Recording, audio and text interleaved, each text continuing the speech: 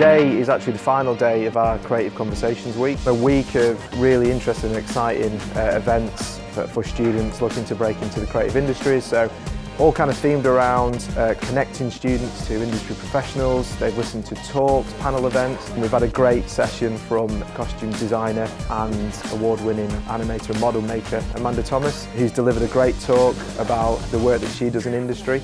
It's been really kind of inspirational for the students.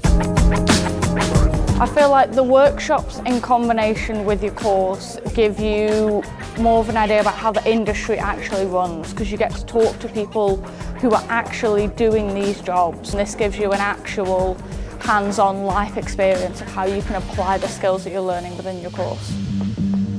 These kind of events are really important for students to help them kind of build their social capital and their networks, to kind of open their minds to the art of the possible in terms of career opportunities as well. So Amanda is a great example really. Amanda started out as an illustrator, but there's kind of components there of fashion, there's product design in there, there's elements of the production design and costume design from filmmaking. It really just kind of showcases all those kind of creative kind of skills and kind of interest areas, how they can kind of be fused together.